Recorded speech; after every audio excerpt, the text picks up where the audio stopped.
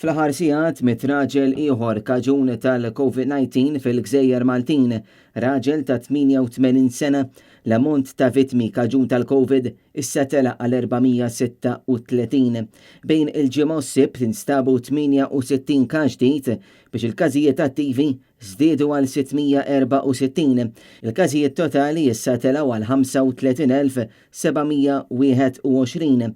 Aħbar tajba li fl-aħħar sigħat fiqu 44 persuna mill-imxija biex it-total ta' persuni li fiqu huwa dak ta' 34,225.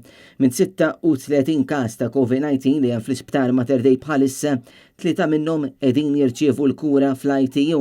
Fl-aħħar 24 siegħa kien hemm żieda ta' pazjent li qed jirċievi l-kura fit-taqsima tal-kura intensiva.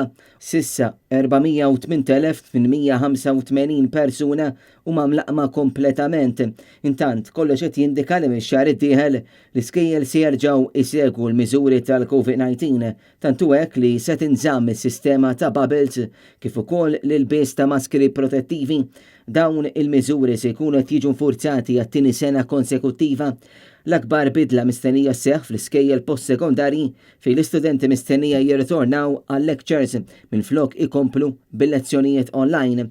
Dan minħabba li l-maġġoranza tal-istudenti suppost huma mlaqma kompletament bil-vaċċin. Dwar l-attivitajiet tal-massa mit-30 ta' Wissu li ġej, in-numru ta' persuni li jistgħu jattendu dawn l-attivitajiet seated se jkun qed jitla' għal 500.